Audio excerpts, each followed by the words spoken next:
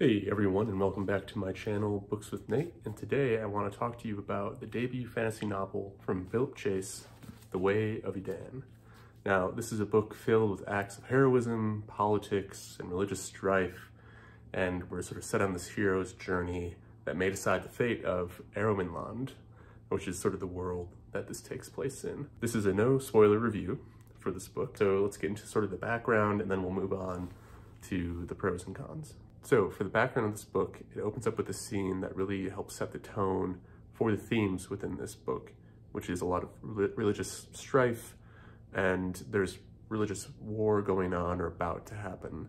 And we sort of see just how fanatic somebody can be in this world and how that plays into the politics of the world and the religious strife that occurs from it. The kingdom of Torland essentially seeks to unite the world under the eyes of Edan, which is one of the gods in this world that's called the Way of Edan. And they seek to do this through really any means necessary. And I think the opening scene certainly helps build that aspect of this book up and really, points at where this book is going to go. We follow a host of characters who all play their part in either confronting this religious war or playing their part in it and pulling all the strings. And in the middle, we have the hero trying to figure out his role and what part he has to play in this world, and her role as well. There are two sort of main characters throughout this, I would say. And sort of they're trying to figure out what part they have to play in this world. So this is a story heavily inspired by Anglo-Saxon, Welsh, and sort of Northern European history and of tales and culture. And you can really see that come through in this book a lot, because I know Phillip is a big, he studied this stuff in college and got his PhD in this stuff. So you can really see that come through in this book a lot. So with that out of the way, with the background out of the way, let's sort of talk about pros and cons of this book. So the first pro is world building. For me, world building is a really important part of a book, a fantasy book and a science fiction book. For world building, whether it's subtle or epic, it is very important to me to have a good setting for this story to help convince me of the story. Because if you don't have an interesting world behind it, I have a hard time sort of bringing myself into that world more and being convinced by what's happening. And so for this, I think Chase used the prologue well to sort of set the stage and tone for this story, like I said before. This is a world that's not forgiving. It's not grimdark by any means. There's definitely good and evil, I would say, but it is filled with powerful figures really willing to sacrifice others for their own gains, and also filled with some pretty menacing monsters that I would not want to come across ever. The world also feels really alive. There are elves, dwarves, and you really feel their presence in their own sort of subtle ways. With elves, it's not sort of in your face, but it's more so within the magic, very Tolkien-esque. They are sort of uniquely linked with the magic system. I'll talk about that later, but I just found it really sort of ingrained within the story itself, this magic system, and how elves sort of play their own role in that. And sort of on top of the world building, I think Chase's prose was very subtle. I think it was good prose, but he didn't use it a ton, I would say, his unique style of prose, let me put it that way. I think when describing landscapes, I really felt like I was there. Sort of the naming of this world sort of really helped build the tone of, the cultures and the ways of life and how this sort of fit into the landscape itself. I thought it was really well done. So the world building and the prose definitely kept me in this world. And then second up is the magic system. I don't think it was necessarily unique or, it's been done before, but I thought it was really well done in this book. I'm just gonna set this here instead of carrying it around a bunch. Okay. So the magic system, it's a soft magic system for sure.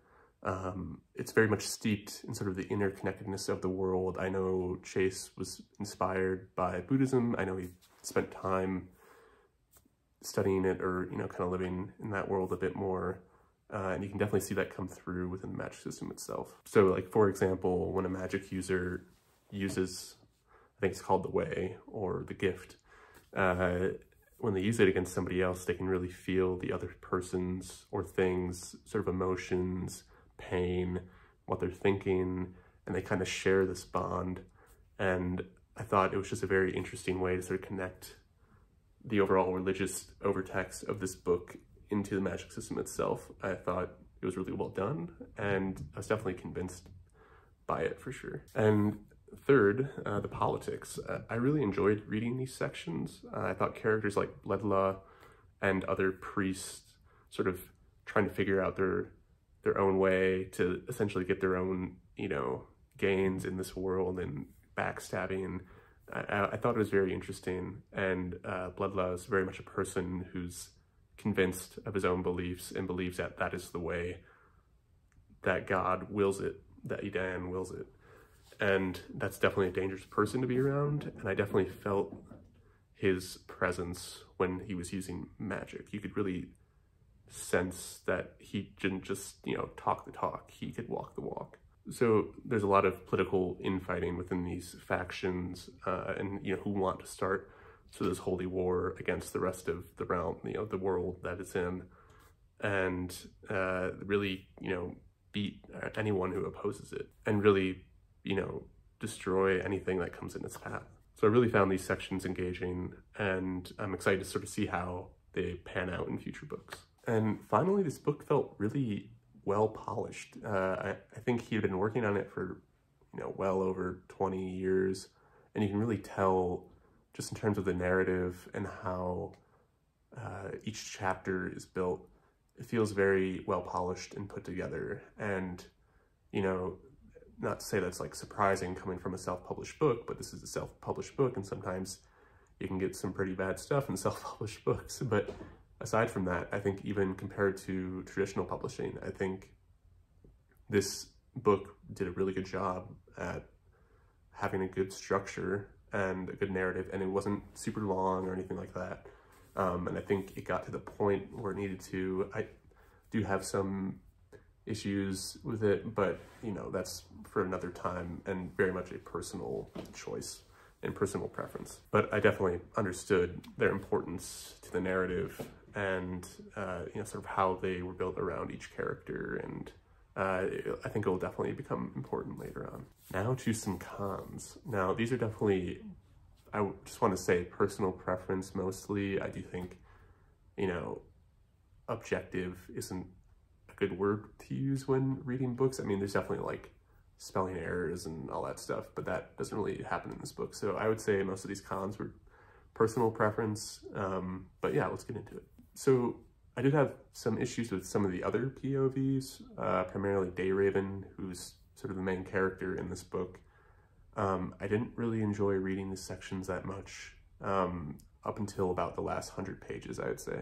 I found that sometimes this character didn't really compel me that much, just because of how he was written, and I think some of the interactions he had, I just wasn't really, he's a good character, you know, but I just didn't really find what he did to be that interesting up until sort of the end. But I think once we get further into the trilogy, I'd imagine there's more depth to his character.